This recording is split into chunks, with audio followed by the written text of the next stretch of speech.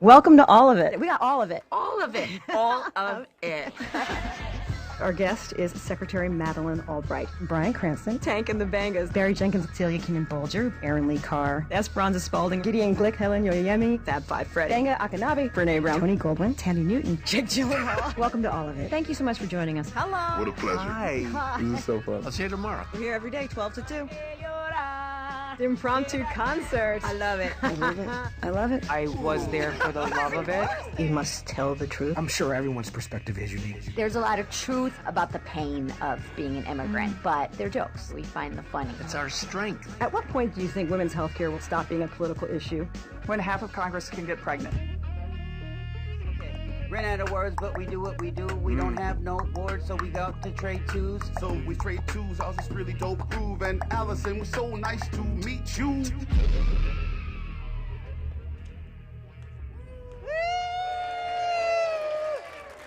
Welcome to the Greene Space for an all of it live listening party. I'm that lady. I'm Alison Stewart. I'm on the radio every day at WNYC. Thanks for everybody for coming out. This is so exciting. For those of you who don't know about our show, we do a lot of culture and arts, and we love music. We often have artists on to talk about their albums on the day they come out, and we call them listening parties, and we play tracks. And then one day we said, what if we did this live in front of people? And we had our very first one with John Baptiste. It was a huge success, and we're really excited to have our very second one with Future Islands. Couple of quick notes. This is going to be on the radio on Friday at 1, so feel free to make noise. Let everybody know you're here and make sure you tune in and listen. Like I said, they'll know you're here. They'll know if your phone went off. So put your phones on airplane mode or silence them. Please take pictures. Tag us at all of it WNYC. Also, you can tag the band. And I think that's really it for our housekeeping. So let's welcome Sam, William, Garrett, and Michael, Future Islands.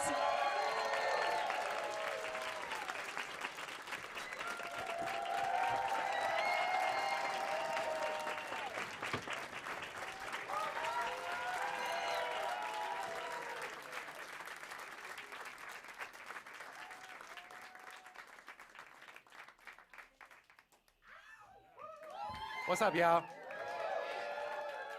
We just got to get plugged in real quick. Thank you all so much for coming out. Thanks so much to all of it for having us. We are putting out a record in a couple days, and we're really excited. Thank y'all for celebrating with us. Just give us 1 second, and we're going to get started with our first song, which is a song that's been out for a while, but we felt it was special because the opening lines begin in New York City. This is King of Sweden.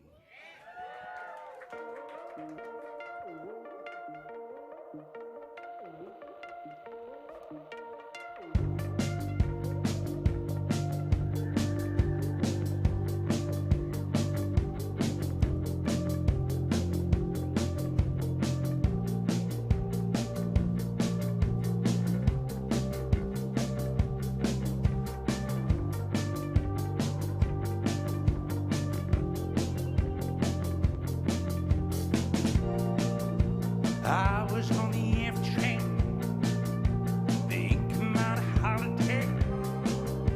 I was on the M1, dreaming about the getaway. Best right reset, in-flight headset, feeling like I'm 15, wondering if the misfits, and all went silent. Pebbles, violets, a kind of cushion quiet, one with a starry eyelid, a sweet and sweet hymn, and if I needed, the lights trail like incense to the figure in the distance. You have all I need.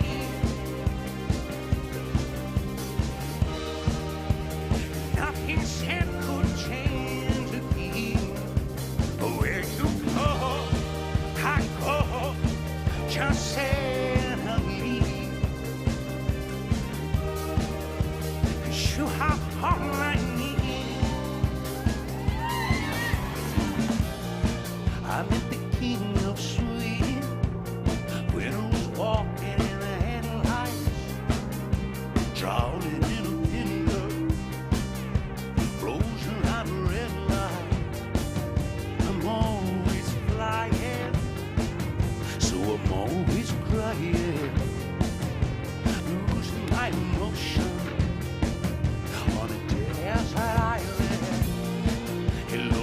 was like heaven. 7 alligators, 7. I spoke to the reverend. He still filled me with aggression. You know, we slept dry and tense, and the moon was low and incensed. Was it the sun, her eyes? They lit the figure in the distance. You have heart like me.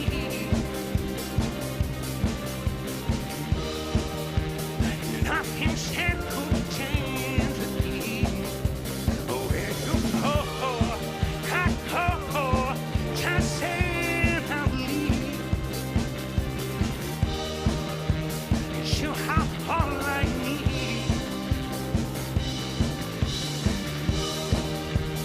You have heart like me.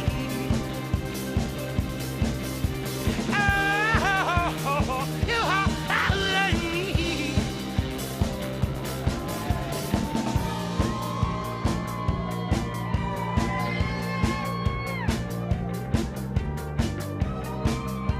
So much more. You made me so much more.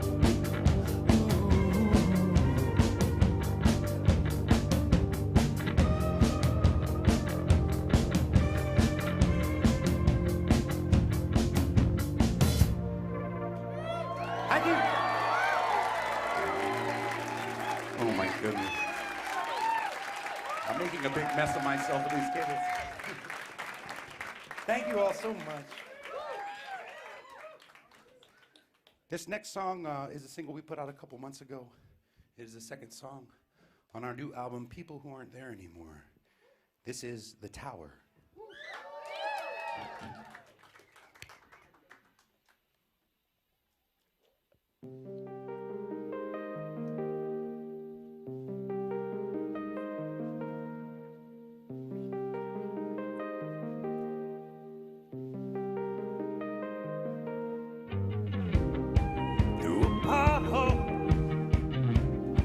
Cross the water to someone who's thinking of me. There's a tower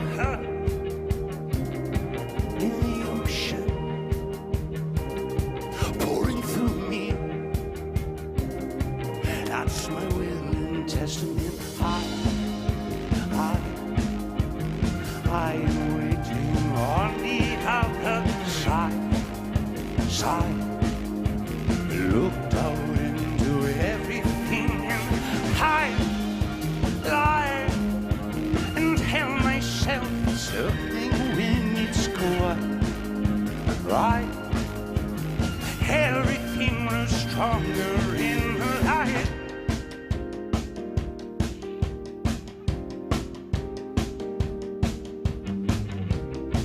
When a boy who played with razor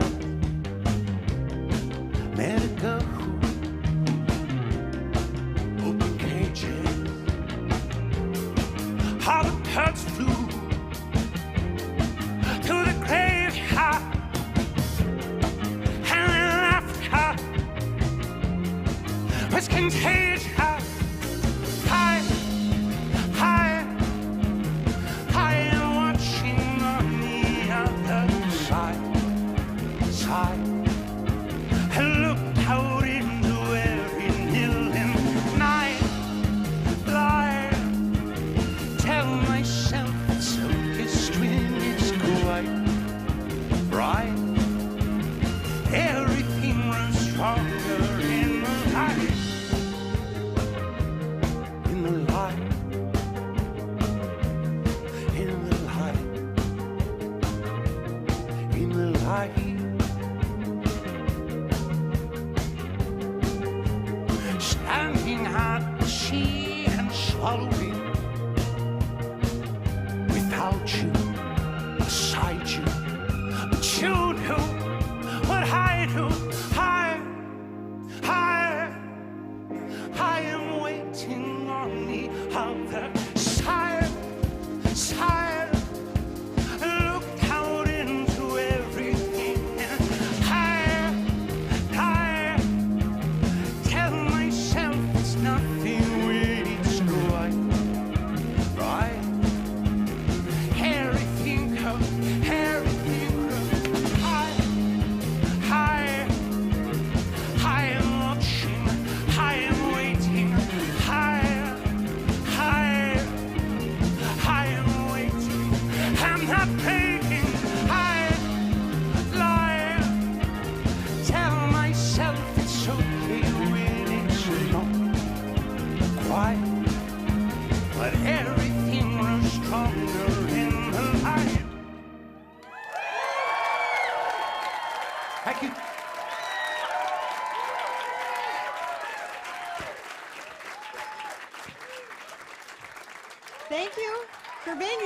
Thank you, thank you, thank you, thank you. And I also want to say hi to everybody watching on the live stream. Didn't mean to forget you all at home in your pajamas, chilling. Congratulations, first of all, on the album. It's very exciting. Thank you so much, Alison. And also, if I, because the internet, if I say anything that's wrong, please correct me. Like, no ego, amigo. Just please do. I read the free internet for you. I read somewhere, Sam, where you said you thought this record probably was the best sounding of your records, that it really captures the energy and the sound of you all live. Why do you think that is? Well, part of it, I think, we took a big step in making our last record, As Long As You Are, and that was, we really wanted to take the time to make sure that, in particular, me and William and Garrett were happy with the sound, because every record we'd made in our career at that point, one of us had an issue. And I think when you're in a group, in any work environment, but a group of people, a partnership, you have to compromise, and that's very important. But we wanted to get to a place with that particular record where we were like, let's not compromise. Let's make sure that everyone is happy. Wouldn't that be a nice place? And that was the first time we felt like we accomplished that. And so from that, after 16 years of the band, or 15 years of the band, 15 years of this partnership, we were able to build upon that. And I think taking the time and making sure that we were making deliberate decisions and really reworking the songs. And we had that time because this album began still within the pandemic, to really give the songs the space and give ourselves the space. William, grab your mic. You got it? What are you happy about this record? What part of it are you really happy with? At the end of it, you're like, yeah, this is good. This works.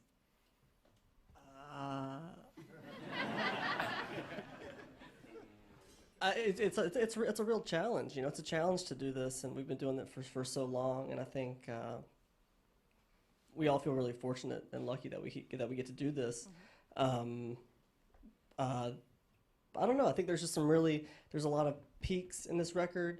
This record was a real challenge to make in many ways. I think just personally, we went through a lot of different. There was many starts and stops to this record, and there's a lot of emotion in those gaps. And I think that emotion found its way to the music and to the final record. And I think our records have always dealt with that kind of depth, but it feels more steeped in experience, and it feels a little bit more tangible to me when I hear this record. It's been emotional relearning these songs and kind of revisiting that time in my life personally. So. Yeah, it's a very emotional record for me, I think for all of us. Garrett, what do you think is unique about this particular record for y'all, people who aren't there anymore? It's definitely unique because it took a very, very long time. There were many starts, stops. I'm so pleased that it's finished. It's so nice to have it be done and us standing here in front of you playing these songs, and we're so happy to have it come out soon. All right, Michael, everybody's told us how they feel about the record. How do you feel? Well, no, I love the record. The experience making it was very trying at times, but I think that it always is. I think every record you finally get to the end and you're like, we've cracked the code. It's going to be easy from here on out. And then you start the next one and you're like, this is a total mess. What? How are we going to fix this? How is this ever going to come together? But yeah, I mean, with this record in particular, like, we pushed ourselves in a lot of different new ways with, like, our writing and some of the sounds that we used, and even different feels for, like, we sort of went into some new territory with some, like, different feels and stuff like that. So it really was, and we're not playing any of those songs tonight. But just wait. Yeah. There's always a hook. I think the record felt really disjointed for a long time because the earliest song, like I think Peach is the earliest song, that was from 2019, and then we started tracking the record in 2020, and like I said, we record a little bit, then we take a long break and come back, and it was the four of us and our friend Steve Wright in Baltimore, who he also produced and mixed As Long As You Are, and earlier this year, we were trying to work on the mix, and we brought in Chris Cody because I think I felt like we needed some fresh ears to give us some perspective to try to bring everything together in a way. At least, yeah, we all feel differently about it. If you ask each one of us, we'd all tell you a completely different answer to this. But I felt like it was really disjointed. And once Sam started kind of being like, okay, this track listing kind of gives things, it gave it a cohesiveness. That plus Cody kind of giving it some kind of vibe that it didn't have before. I don't know. So he worked his magic. I don't know what he did. Sam, what did you push yourself on this record? I mean, I think it's always, for me, it's always about honesty. And that's something that I only really feel like I left a little bit, I left a lot on the table with our 5th album, The Far Field. And since then, I've really tried to remember what the goal is. And the goal being really digging in and saying hard things and saying them in simple ways. Of course, there's always lost poetry. And there's the poetry that floats in and out, but I think, you know, in certain songs, once again, another song we're not playing tonight, Corner of My Eye, on this record is one of the most plaintive songs about kind of a really hard part of my life and coming to terms with something where I say I once had a friend and we had a home and now, you know, and now I can't go back. Isn't it so sad? You know, it's just like, that's what it is. You know, we had this life, we don't have this life. So those kinds of things they're like easy things to feel and to know, and they're hard to say. They're like those simple things. They're so simple, but they're so hard. And then, you know, reflecting them out onto the audience, like I don't think you guys realize, but you are a mirror for ourselves, like, and a mirror that we hope that it projects out, but what we get back is those faces. It's almost an accountability to the songs and to those things, because we write the songs for everyone and we write those songs for ourselves first, you know, to remember that we have to go on and we have to go forward. But really within this album, I would say just trying to be honest and make sure what I say is that I really believe it, because it is hard, you know, when you write a song, you're still playing a song that's 15 years old, you've seen it morph and change through your whole life, you know. And so have you. You've morphed and changed. Exactly. So you have to capture the emotion in that moment, but you also have to believe it, because you're going to feel like a fool if you're singing it 2, 3, 4 years later, or worse, if it's 6 months later and you're singing that song and you don't feel that way anymore. You know, it's so important to just to really believe. And that's a thing that you have, that for me personally, I have to come to myself and be like, do you really feel this way? And is this feeling real? Because my goal is to cry when I'm writing a song. My goal is to be affected, because I know that means that it's true and that it's honest. But you also have to check yourself sometimes. Who checks you? Who's your check? Who's Me? the person you go to make sure you're being honest? Who's your... My girlfriend checks me constantly. Yeah. She makes sure I am rooted in reality. First, in The King of Sweden, this honest to God, I was sitting on the F train the first time I heard this song. Really? Headed down, got off at to go to the Tenement Museum. You know, I was on my way to the museum. I was like, oh, let me listen. I got in advance of the album, and it freaked me out. Wow, Freaked that's me out. awesome.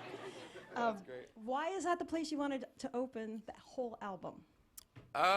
Well, you know, King of Sweden was one of the first songs for the album, but, you know, this album is, because of the time and space, you know, and it kind of starting in the pandemic, to me, this album is really closely linked to our last record, in that, for me personally, that last record was me finding a new relationship and being in this place of kind of in the first good relationship I may have ever been in, and finding this peace. Oh no, that relationship ended on this album. Not on that, in real life it ended, and I had to write about it. But you had it, man. I write about my life. But that's the thing is that as long as you are ends, that record ends going down the road. You know, it's a song called Hit the Coast. And of course that is actually reflective to a moment in my life in 2008 when I left someone behind and made the long trip with all my things to Baltimore to start a new life and to continue this band, which was like a turning point for me, William, and Garrett's lives, was that move.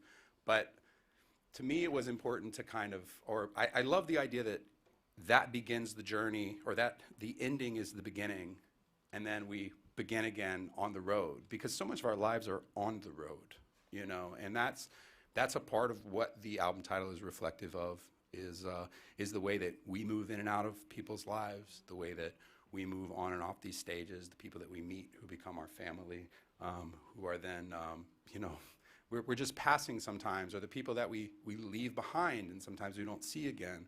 You know, so much of our life is in that. And through this world, I found a person, and through the world, I lost a person through the pandemic. So that's, to me, that's the beginning of the song, and saying goodbye to a place and not being able to get to that place that last time, which was Sweden, where I was living. I don't think the F train goes there.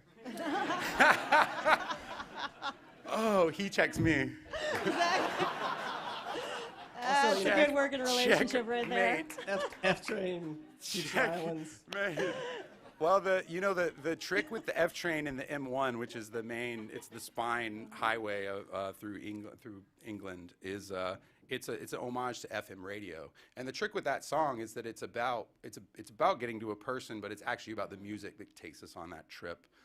It's about Holiday by the Magnetic Fields, thinking about a holiday. It's about the Misfits, wandering. I feel like I'm 15, wandering with the Misfits. It's 7 Alligator 7, which is MF Doom. You know, Decade of Aggression is in there from Slayer. Mercury Rev, Deserter Song. So it's actually a Desert Island Discs song, and it's about the music that is a part of our life and a part of our. It's always there, you know, and then the people that come in and out, but that music is always a part, and also feeling like we're a part of that for people that support what we do. Garrett, what was, for you creatively, what was the time during the pandemic like? Were you someone who was able to be creative? Certainly had its ups and its downs. There was like a lack of sort of focus and motivation for a lot of it, but then I kind of hit my stride somewhere in the middle of it, where I started waking up at like 4 in the morning. I have a daughter and wife, and I like to get up a couple hours before they get up to work. So I wasn't just like waking up at 4 for fun. Just get a couple hours in there to work on music. And I found it to be a very creative time for me, just early, quiet, sun's still down, drink some coffee and work. So yeah, I kind of had like this sort of fun, creative patch somewhere in there. I don't really remember when it was, but. How about for you, Michael, in the pandemic? Some people were really creative, some people couldn't make new things. Yeah, I definitely had my ups and downs. My girlfriend is a painter, and like, so she would sort of be like upstairs painting all day, and I'd be like downstairs just like working on music. So it was really ideal in a lot of ways. Even if there were so many days where I didn't like come up with anything good, most days actually. But just being able to work like that was really to develop like that kind of discipline was something that I really needed. I felt like I really needed to work on. But you know, the pandemic was really difficult for all of us, and yeah, just sort of, you know, you were just kind of trying to make the best of it, like as you were going along. At least I was, you know. Certainly not the most creative period ever, but I definitely had some shining moments for sure. Will, when was most of this record written? It's a blur. Yeah, it's a total blur. Like the first song is sometime in the summer, fall 2019, and then I remember Deep in the Night was written before As Long as You Are came out in the summer of 2020. But after we had turned it into the label, and then The Garden Wheel, the last song on the record, was written like last fall, like last maybe October or so. Or of 22. Oh yeah, 22. Yeah, I see it, and then so we finished mixing the record last year. It's been such a blur. Yeah. When you're thinking about sequencing the record, you know, we go through the first 4 songs, and then you kind of get to this middle point. Give me the ghost back. Yes. And then there's some contemplative songs, and then Iris comes back in. It's got a little bit of energy to it, and then there's another sort of softer song, and then the last song is fairly upbeat. Yes. When you were thinking about the story you were telling, the story arc of the album, what was it? What was the criteria for how you decided to sequence this record? Well, it kind of, I mean, King of Sweden was probably the second or third song, but it was somewhat chronological from the start. I liked to think that the narrative arc is that it starts in the middle of a relationship, and in the midst of a pandemic, and then it by the fifth song is "Give Me the Ghost Back" is well, I mean, I can go through it.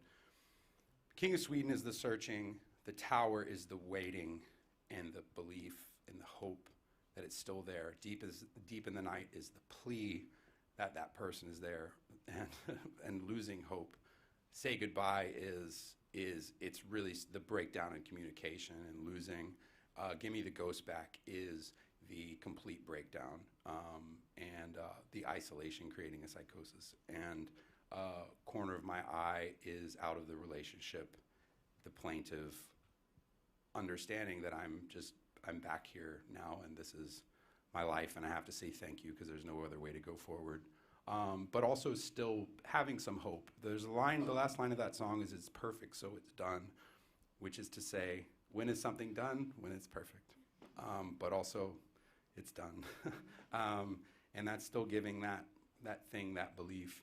The Thief is actually probably the outlier on this album. That's actually a song about how when I was a kid, I used to break into houses and I used to steal from Kmart and stuff.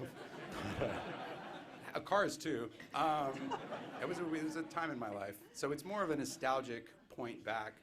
Iris is therapy. Iris is getting home and saying, well, I've done this before. I've come home and I'm in the same cycle that I've been in before. Maybe it's me. Maybe I should go. So that was kind of that. I actually wrote that my first in the Christmas of 21. And I'd been back in the States for about a month and a half, and I had just started therapy, and I was just kind of, yeah, woo. If you're thinking about it, do it. It's been really good for me. But just being more reflective about my family and my life, and how sometimes in our families, we take on so much of what we are born into, that we get to be 35 and 40 years old when we finally realize that we have problems and that we never even worked on ourselves because we were working through everyone else's things, or taking on anger, or taking on love, but taking on things for other people's. Like, we don't even choose our own names. Like, we live these lives that are given to us, but we didn't necessarily ask for them. So how do we deal with that? And how do we start to choose for ourselves what we want our lives to be? And then from there, what's the next song? After that is The Fight, which is the fighting through everything. It's not about I always thought I wanted to title it The Fight because I wanted it to feel like, oh, this is the breakup song, but it's not about the fight. I never fought with this person. It's about the fight of every day, of getting through every day and believing. Peach is, I love that song. Peach is everything. It's life and death and holding on once again. And the garden wheel is when the pandemic was over and we could step outside and be back in the garden again. It's about the cycle of life. It's about the way nature takes from nature being natural, the way love sometimes comes in and out is just a part of life and those cycles and beginning again. So once again, we start in the middle, we find the ending, and then we begin again, which I think is a beautiful way to look at a cycle, or what is it called? The snake swallowing its own tail. The Ouroboros. Don't forget the sickness. Oh, did I forget the sickness? Playing that tonight. The Sickness is probably one of my favorite songs we've ever written. And that's the, oh, I guess I did mess up. So it's the peach, I'm sorry, it's There peach. are no mistakes, Sam. I'm deepening the mystery. There's peach, and then it's the sickness, which is actually, the sickness is the overview of the whole album, and in the whole relationship. And then the garden wheel is the epilogue of the story, and the new coming. So then we'll see what the first song on the next record is, and how we go from there. That was so beautiful and eloquent, but I want to hear the stealing song. The which one? The Thief. Oh, Can we're we hear gonna play that too. Yeah, can we do that now? Yeah, we're gonna play that now. All right, let's do it. Future Pilots.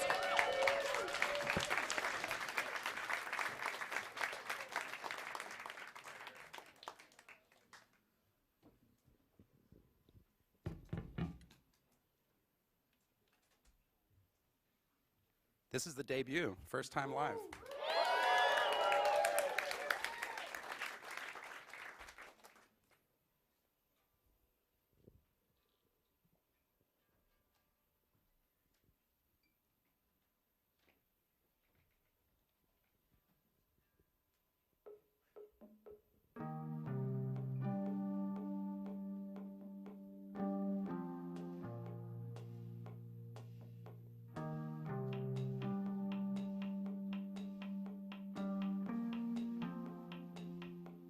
I never had a place to call my own, and slept so many nights out all alone. I spent so many hours slowly breaking in, and finally found someone who'd let me in. But if I said too much, please let me know. It wouldn't be the first time I've been told. I got this darkened tongue from this bitter cold. Needed a little light to follow home. I tiptoe past the lights, I hit the glow. Another silent night, found no one home. This bric-a-brac has life, that's someone knows. A bit about a life that I've been shown. So I sit in my hands now, sit in my hands now, sit in my hands now when you leave. I sit in my hands now, sit in my hands now, sit in my hands a little feet. I know I've been conquered. I was here all along, hidden in the things you keep, treasures that you hidden very deep. But if I shed too much, please let me know. It wouldn't be the first time I've been told. I got this darkened tongue from this bitter cold. Needed a little light to follow home. I couldn't count the windows open all, the footprints through the garden cross muddy floors. Another pack of Newport's credit cards, the things left from a childhood wanting more. So I sit on my hands now, sit on my hands now, sit on my hands now when you leave. I sit on my hands now, sit on my hands now, sit on my hands and leave. I know I've been caught, I was here all along, hidden in the things you keep, treasures that you hidden very deep in the drawer. I know I was caught, I was barely holding on, hidden in the things you keep, treasures now forbidden very deep in the drawer. I gave you my life, gave you my heart, gave you my soul deep in the dark. When I saw your light, I knew I was home, but I'm all alone now. Thank you.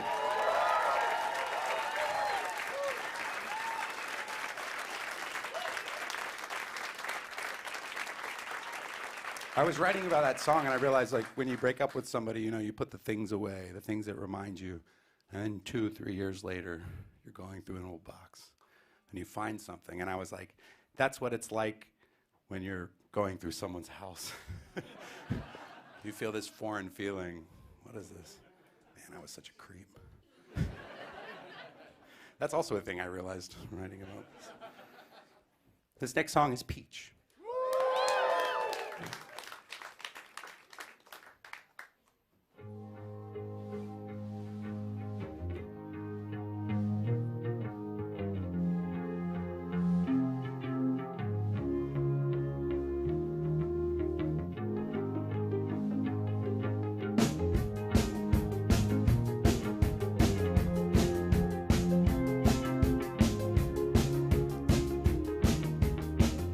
Life is the reason I'm still holding around.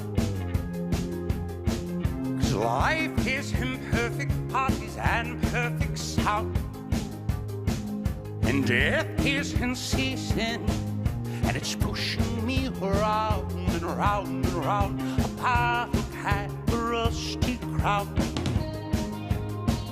And when one pushes up, the other pulls me down, and I don't know if I'll get up, if I'll get out. And so one pushes up, the other pulls me down, and I don't know if I'll get out, if I'll get out. This one makes you big in a cool world, and this one makes you small in a lonely world. This one makes you hungry, lost it.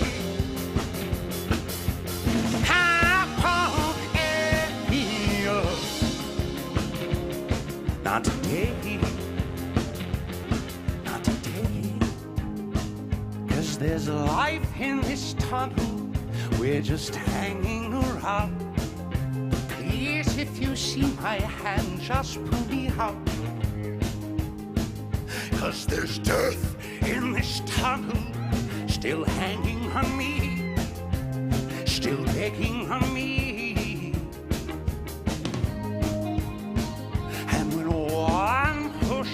Up, the other pulls me out, and I don't know if I'll get out, if I'll get out. But this one makes you big. What a cool. And this one makes you small in a lonely world. This one takes you out. Lost it.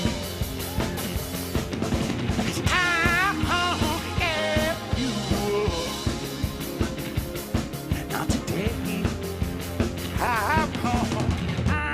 won't give you up. Thank you.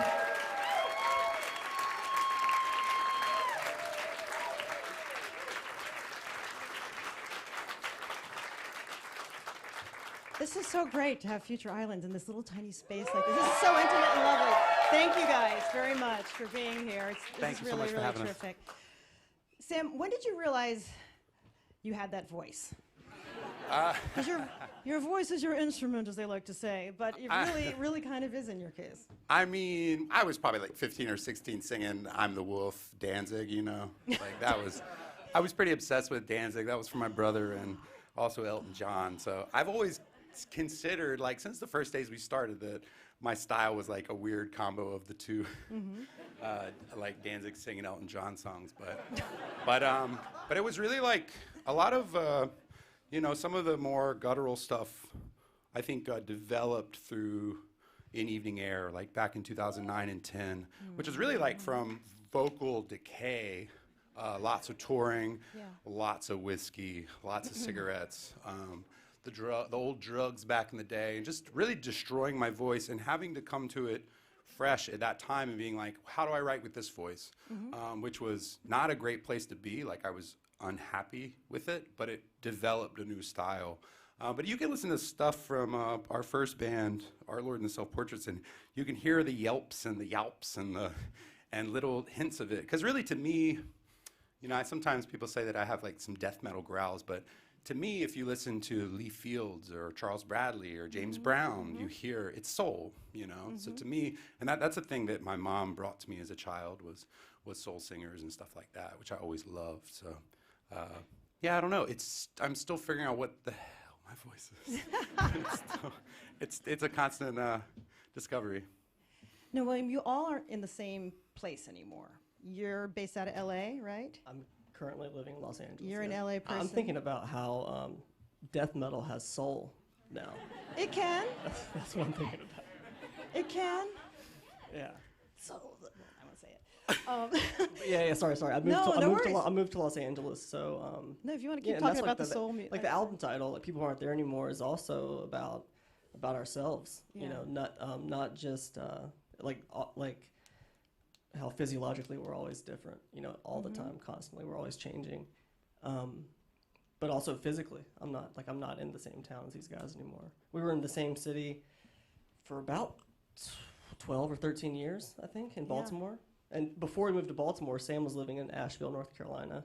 I was living in Raleigh. Garrett was in Greenville, North Carolina. So we were spread out before Baltimore, and now we find ourselves spread out again. So we're gonna. People always say, like, how does it work? How do you write? And I'm like, we're kind of figuring it out right now. Yeah. I don't know how it works. We're working on it. Garrett, what's something about the Baltimore music scene you'd like people to know? Very supportive. Yeah. I think that's one of the reasons we moved there and why we stayed there for so long. Mike and I are still there, but yeah, the scene's always been very supportive of one another, and there's so many incredible acts, and it goes beyond bands and artists, and you know, it's just like a very, very varied sort of creative space that we're very lucky to be a part of. Mike, when you decided to come aboard with these three guys. When I decided? Yes, when you decided. What did you notice about this trio that made you think, yeah, I would like to work with these people. I think this is something I would like to do.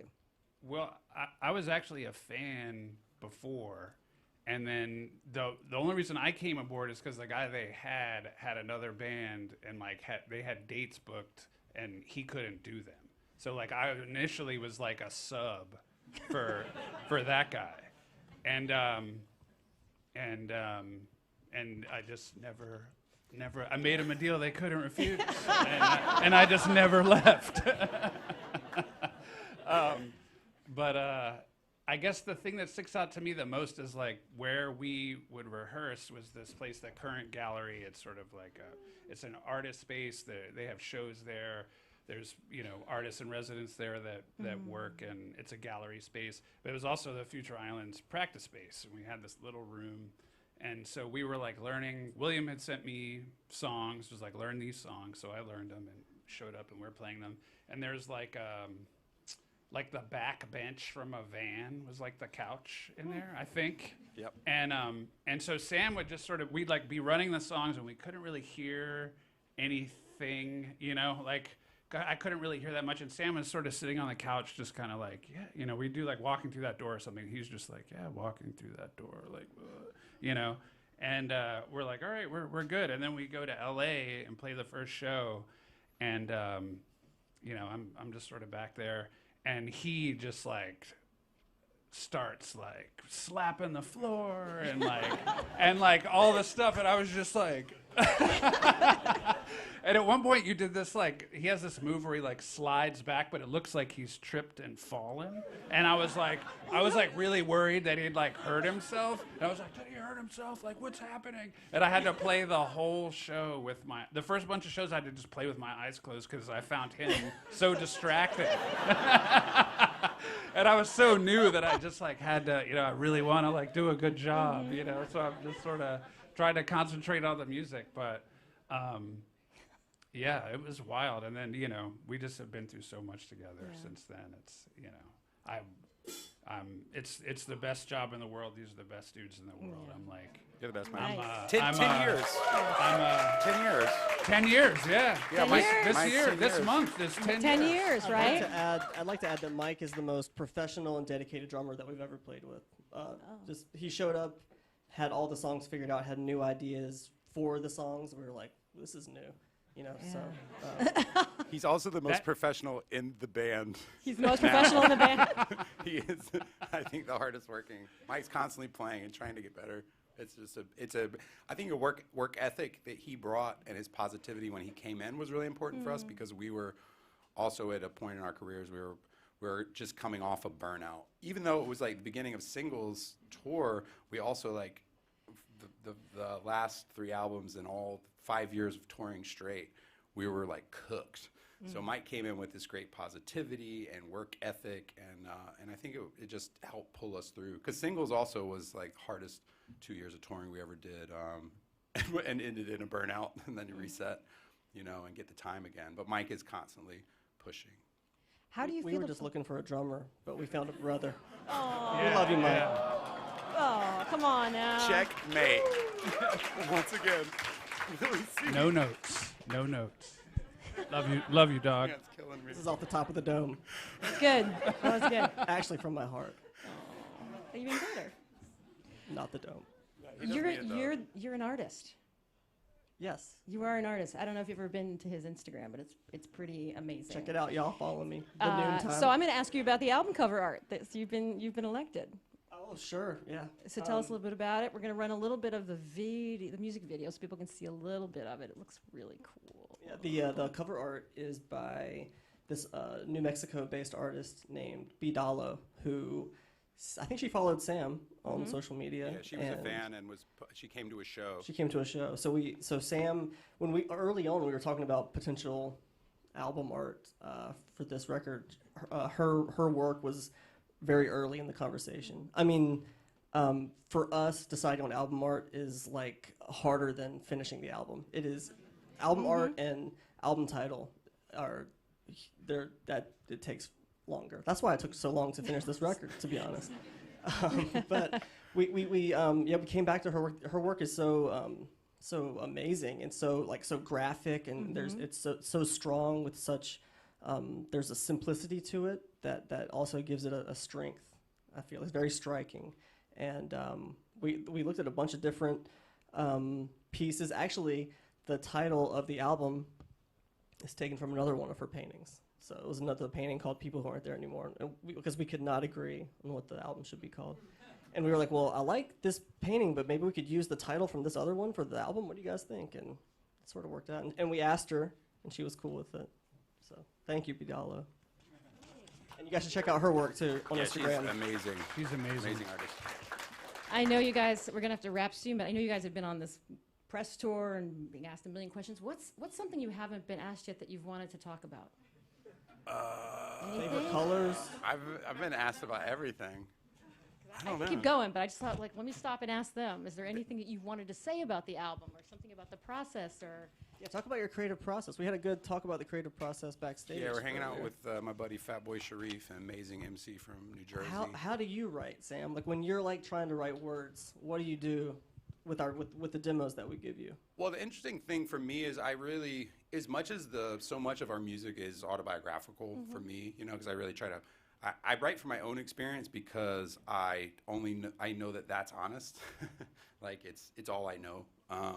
And I can be truthful towards that. But in that process, I really try not to bring agenda into the writing. I don't want to be like, I want to sing a song about this today. I think it's really important for me to connect with the sounds the guys are making and see what is pulled out of me, and then play from there. So it becomes more of an organic symbiosis, like we're mixing together instead of me trying to bring something. Because the other thing is, if I write words, then I'm trying to fit them over what the guys are doing. It's just a kind of an unnatural thing. So sometimes a song will, the guys will send me an amazing demo, and I won't write to it for a few years because I don't have the emotion at that time.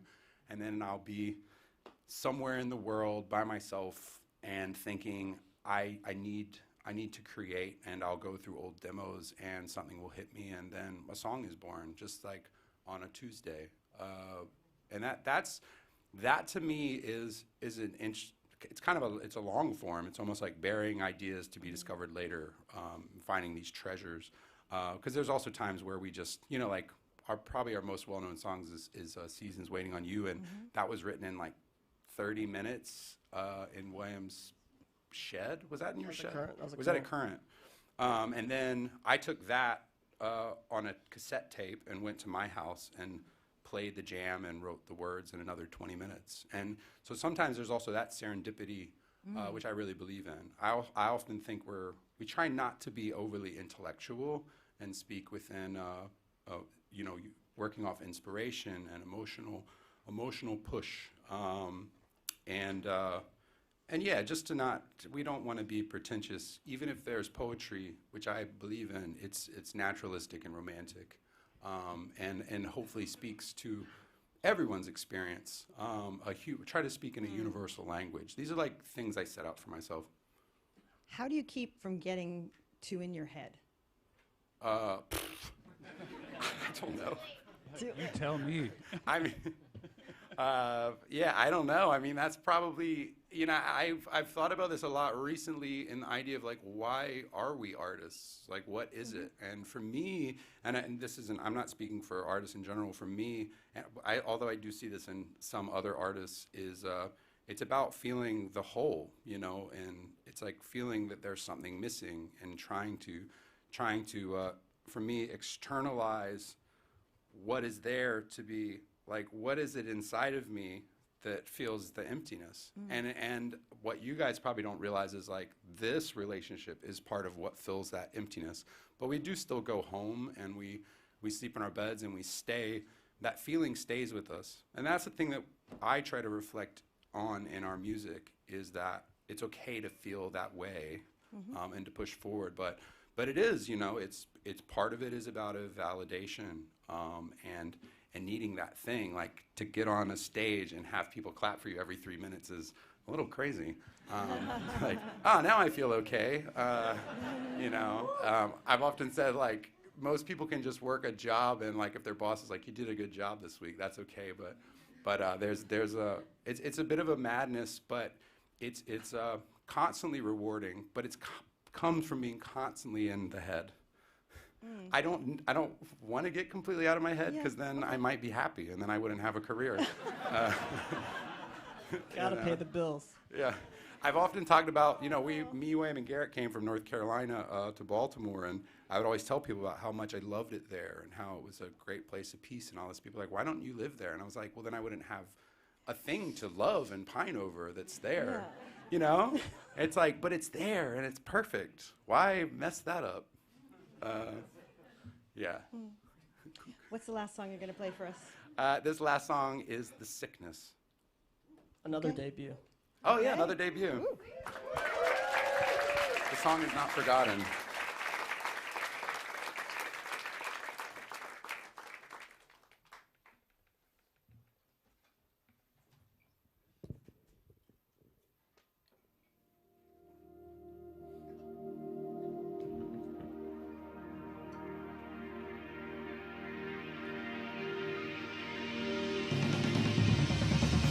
We had it all.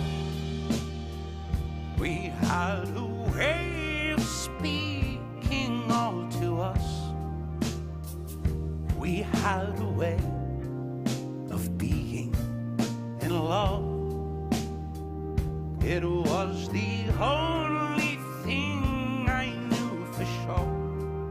And now everything's a mystery. Sickness came in like a freight train and swept us up into small town. The curfews pushed us to sundown, and we were caught into places high. I had to watch it fall apart from here. You had to watch it disappear, and now no matter what we say or do, it's clear our wilderness now sober. A newness on the land, a wetness indebted to all these tears. And the hardest part, pretending nothing's wrong, while we were fading deep into ourselves. But loving you always allayed my fear. It's clear I can't release this feeling. But the sickness came in like a freight train and swept us up into small towns.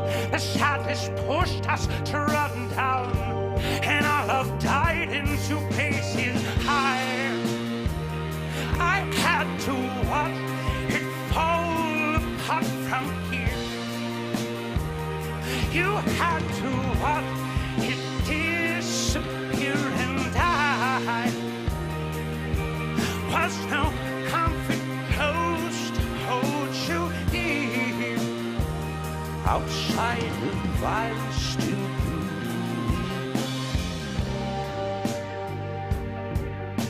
and all that pressure lies and builds till we submit to the enemy inside.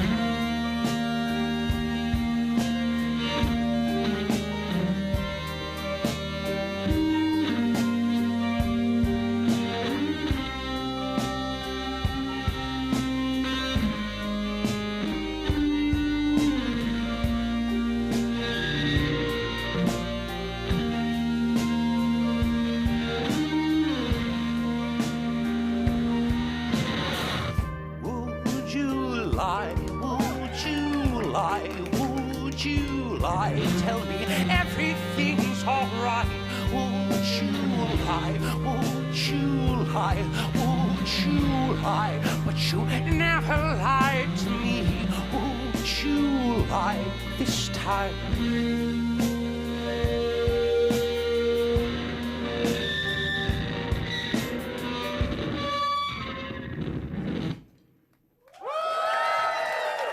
Thank you.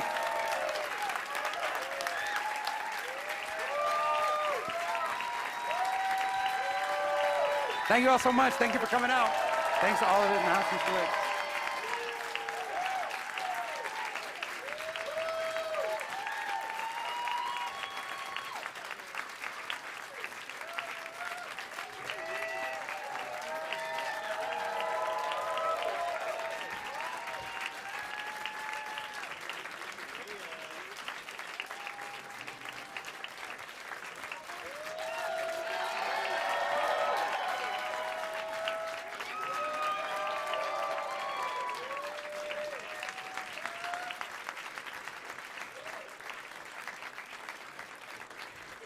Thanks again to Future Islands for a really terrific night. Thanks to all of you for coming out. It's really awesome of you guys to be with us in this space. It was really, really good energy in the room. I believe they have a pop-up tomorrow at Tower Records, if any of you, fans are like, yeah, we know. Just felt like I needed to say that out loud. Thanks so much to everybody at the Greene Space for putting this on. Thanks to you for coming out. And everybody get home safe.